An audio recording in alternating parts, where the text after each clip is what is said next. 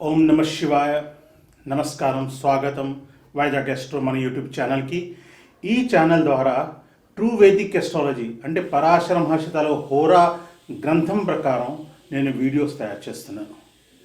అసలైన ఎస్ట్రాలజీ అదే, ఎందుకంటే పరాశరులు ఆయనే పితామహుడు జ్యోతిష శాస్త్రానికి.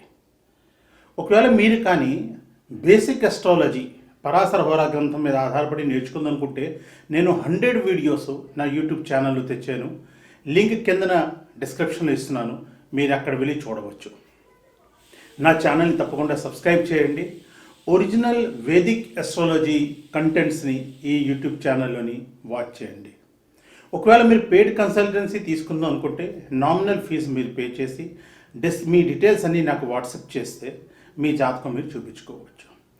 అన్నిటికంటే ఫస్ట్ ఆఫ్ ఆల్ మనం రవి గురించి, దాని తర్వాత ద్వితీయ భావం సెకండ్ హౌస్ గురించి మనం డిస్కస్ చేద్దాం. దాని తర్వాత ద్వితీయ భావంలో అంటే సెకండ్ హౌస్లో రవి ఉంటే ఎలా ఉంటుంది అని చూద్దాం. సో రవి అనేసరికల్లా మనకి లైట్ కనిపిస్తుంది. చీకటిలోంచి వెలుతురు రావాలి అంటే మనకి రవి సూర్యుడు చాలా పవర్ఫుల్గా ఉండాలి. అన్ని గ్రహాల్లోని పవర్ఫుల్ అయిన గ్రహం సూర్యుడు, రవి. రవి ఒక మేల్ ప్లానెట్, ఫైరీ ప్లానెట్. ఈ రవికి చంద్రుడు, కుజుడు, దాంతో గురువు ముగ్గురు మిత్రులే.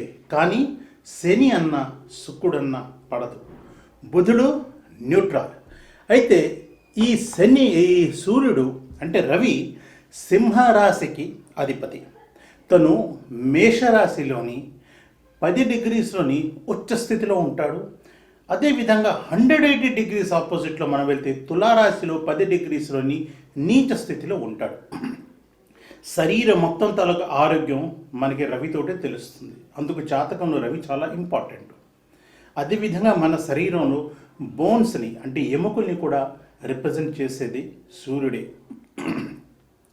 పితృకారకుడు, ఆత్మకారకుడు కూడా. అయితే మీరు రవి గురించి అన్ని డీటెయిల్స్ తెలుసుకుందనుకుంటే నేను స్పెషల్లీ ఒక వీడియో తయారు చేశాను ఓన్లీ సన్ గురించే. ఆ వీడియో లింక్ కూడా నేను కింద డిస్క్రిప్షన్ ఇస్తాను, మీరు చూడవచ్చు. రవి అనేసరికల్లా గవర్నమెంటు, పోలీసు, డిఫెన్సు, పాలిటిక్స్ ఇవన్నీ మనకి గుర్తొస్తాయి. ఎందుకంటే ఈ అన్ని ఏరియాస్ని కంట్రోల్ చేసేదే రవి, సన్. ఇప్పుడు మనం సెకండ్ హౌస్ గురించి మాట్లాడదాం. మనకు తెలుసు మన జాతక చక్రంని 12 గదులు ఉంటాయి, 12 హౌసెస్ ఉంటాయి. దాంట్లో సెకండ్ హౌస్ని ధనస్థానం అంటాం. అది మన లెఫ్ట్ కన్నుకు కూడా రిప్రజెంట్ చేస్తుంది. దాన్ని మారక స్థానం కూడా అంటాం. సెకండ్ హౌస్ అండ్ 7th హౌస్ని మనం మారక స్థానం అంటాం. ఈ సెకండ్ హౌస్ని మన ధనస్థానం అంటాం, హౌస్ ఆఫ్ వెల్త్ అంటాం. ఇక్కడి నుంచి మనం లిక్విడ్ అసెట్స్ చూస్తాం. అంటే మీ షేర్సు, బ్యాంకులో ఉన్న fixed deposits, gold, silver, ready cash, saving bank account, ఇటువంటివన్నీ చూస్తాం. అదేవిధంగా 7th హౌస్ నుంచి 8th హౌస్ అవ్వడం వల్ల సెకండ్ మ్యారేజెస్ కూడా మనం సెకండ్ హౌసే చూస్తాం. అదేవిధంగా అష్టం నుంచి అష్టంభావం అయిపోయిన తర్వాత దానికి హాని కలిగేది అంటే 7th house from 8th house కాబట్టి మనం జాతకుడు తగ్గ డెత్ కూడా అక్కడి నుంచి చూస్తాం.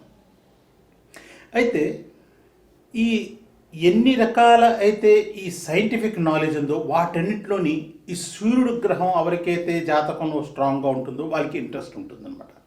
వాళ్ళు సొంతంగా కష్టపడే డబ్బులు సంపాదిస్తారు. వీళ్ళకి లిటిగేషన్ ప్రాబ్లమ్స్ ఉంటాయి. ఒకవేళ సెకండ్ హౌస్లో కానీ సూర్యుడు ఉంటే లిటిగేషన్ ప్రాబ్లమ్స్ వస్తాయి. వాళ్ళకి తొందరగా చిరాకు వస్తూ ఉంటుంది. ఇంకొకటి ఏంటంటే వాళ్ళ దగ్గర డబ్బులు అయితే వస్తాయి, కానీ అనారోగ్యం వల్ల ఆ డబ్బులు అంతా వాళ్ళు దాని మీదే ఖర్చు పెడుతూ ఉంటారు అనమాట. అందుకు ఎవరికైతే సెకండ్ హౌస్లో సన్ ఉన్నాడో వాళ్ళు జాగ్రత్తగా పేషెన్స్ని ప్రాక్టీస్ చేయాలి. అదేవిధంగా హెల్త్ని జాగ్రత్తగా చూసుకోవాలి. ఇంకొకటి ఏంటంటే ఎటువంటి తగుల్లోని ఇంటర్ఫియర్ అవ్వకుండా ఉండాలి, లేదంటే వాళ్ళకి కోర్టు లిటిగేషన్లు చాలా అయిపోతాయి. సో ఈ విధంగా మనం సెకండ్ హౌస్లో సూర్యుడు ఉంటే ఎటువంటి ఎఫెక్ట్ ఉంటుంది అనేది చూసాం మనం. ఇది ఒక మూమెంట్ అండి. ఈ వీడియోస్, ఈ ఛానల్ ఒక మూమెంట్. ఏంటంటే ఒరిజినల్ వేదిక్ ఎస్ట్రాలజీ అందరికీ తెలియాలి అన్న దాని మీద. కాబట్టి మీ సపోర్ట్ కావాలి. దాని గురించి మీరు తప్పకుండా ఈ ఛానల్ని సబ్స్క్రైబ్ చేసి ఈ వీడియోస్ని మీరు షేర్ చేసుకోండి. అదేవిధంగా ఒకవేళ కానీ మీకు ఈ వీడియోకి సంబంధించి ఏమైనా ప్రశ్న ఉంటే కిందన మీరు కమెంట్స్లో రాయండి, నేను మీకు జవాబు ఇవ్వడానికి తప్పకుండా ట్రై చేస్తాను. వీడియో చాలా అంత చూసినందుకు చాలా చాలా ధన్యవాదాలు. నమస్కారం.